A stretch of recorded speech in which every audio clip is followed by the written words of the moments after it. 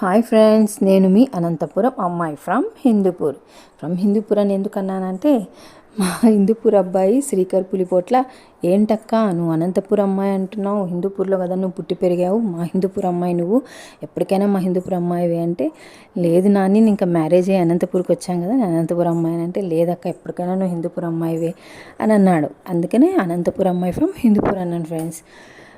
Let's go our topic. మన topic ఏంటంటే మా వేణుగోపాల్ నగర్లో పీర్ల ఊరేగింపు ఎంత గ్రాండ్గా జరిగిందో ఒకసారి చూసి ఎంజాయ్ చేయండి ఫ్రెండ్స్. చాలా బాగా జరిగింది ఫ్రెండ్స్, అసలు కేక. నైట్ 12 వరకు మేము ఊరేగింపులోనే ఉండి బాగా డ్యాన్స్ చేసుకుంటూ ఎంజాయ్ చేసాం ఫ్రెండ్స్. మా పిల్లలైతే ఫ్రెండ్స్తో ఇంకా ఇరగదీసారు డ్యాన్స్.